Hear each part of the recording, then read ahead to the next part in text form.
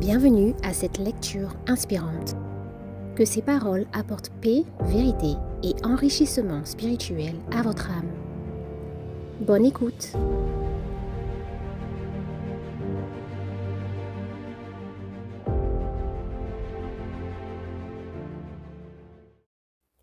Dieu commanda à Israël par l'intermédiaire de Moïse: Ils m'élèveront un sanctuaire et j'habiterai au milieu d'eux.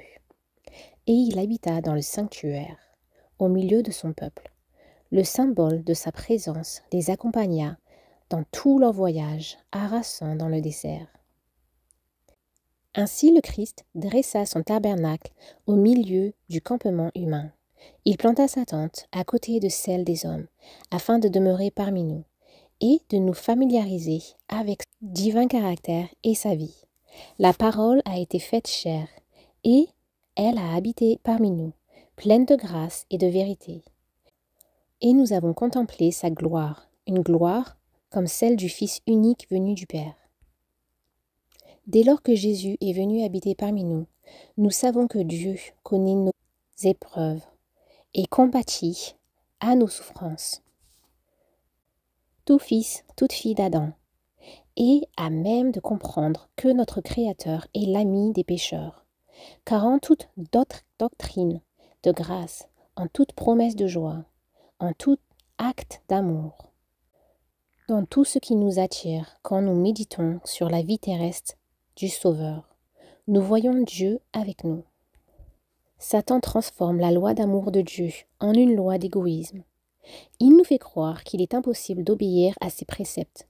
Il rend le Créateur responsable de la chute de nos premiers parents et de tous les malheurs qui ont suivi.